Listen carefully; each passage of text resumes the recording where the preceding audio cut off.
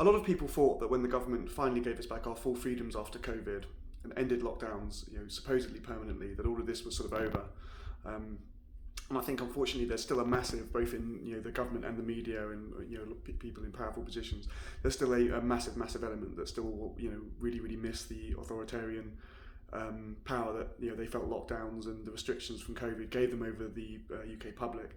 And I think there's still a huge element that I've really found it very hard to say goodbye to this. And you can see now in the media they're calling for people. Some aspects of the media are starting to call for us all to wear masks again, and there's sort of hints that they would like to see lockdowns and stuff in the future. It's also been linked into climate change as well. Continuously, people saying these ideas about we need to sort of stop travelling within different regions and stuff in the UK to help save the planet, and maybe only do so for certain amounts of in the year, and Sadiq Khan's new extending the emissions scheme and all this kind of stuff. And that's only those restrictions are only going to get more and more stricter in terms of when you can use your car and the ease from which you can travel from area to area.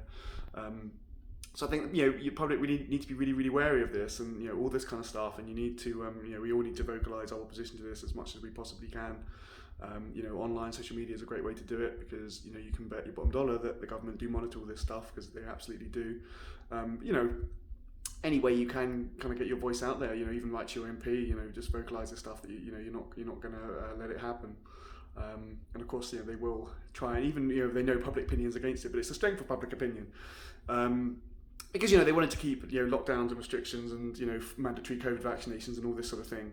But it was the scale of the public's opposition to it. They knew they couldn't do it, so they had to back down. So that's the only way. We all need to really vocalise our opposition to measures like this, and I think that's really important.